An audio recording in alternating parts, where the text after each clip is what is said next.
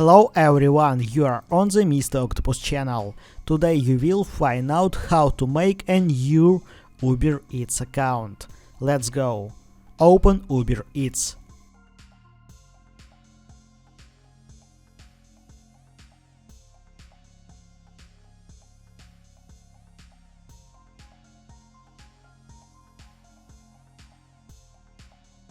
Open account.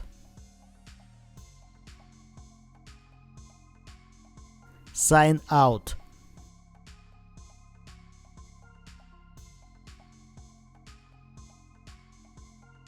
Create new account.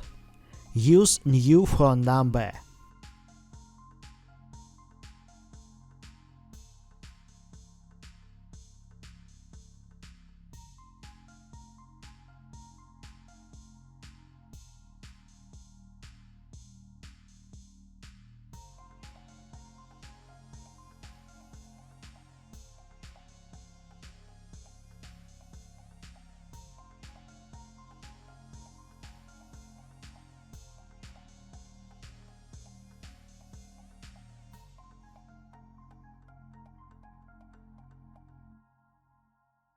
Verify phone number.